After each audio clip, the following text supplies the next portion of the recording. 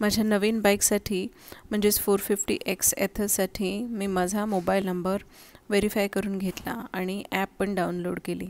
त्याच्यासाठी तुम्हाला जायचं आहे ॲपल स्टोअरवर किंवा प्ले स्टोअरवर आणि तिथून एथर ही ॲप डाउनलोड करायची आहे. त्याच्यानंतर ते मोबाईल नंबर विचारतील, मोबाईलवर OTP येईल, तो OTP तुम्हाला द्यायचा आहे आणि OTP दिल्यानंतर नंबर व्हेरीफाय होईल आणि तुमची ॲप सिंक्रोनाइज होईल तुमच्या मोबाईलबरोबर.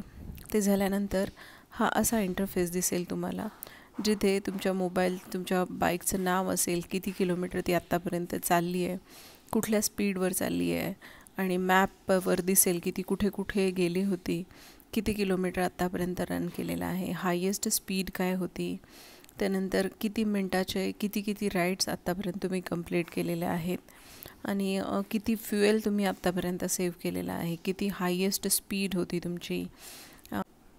ईच अँड एव्हरी डिटेल तुम्हाला ॲपवर बघायला मिळेल. डिझाईन खूप मस्त केलेली आहे ॲपची आणि गाडीची सुद्धा. सो 450Xमध्ये ॲक्च्युली एक्स फॅक्टर आहे. I liked it very much. My new bike.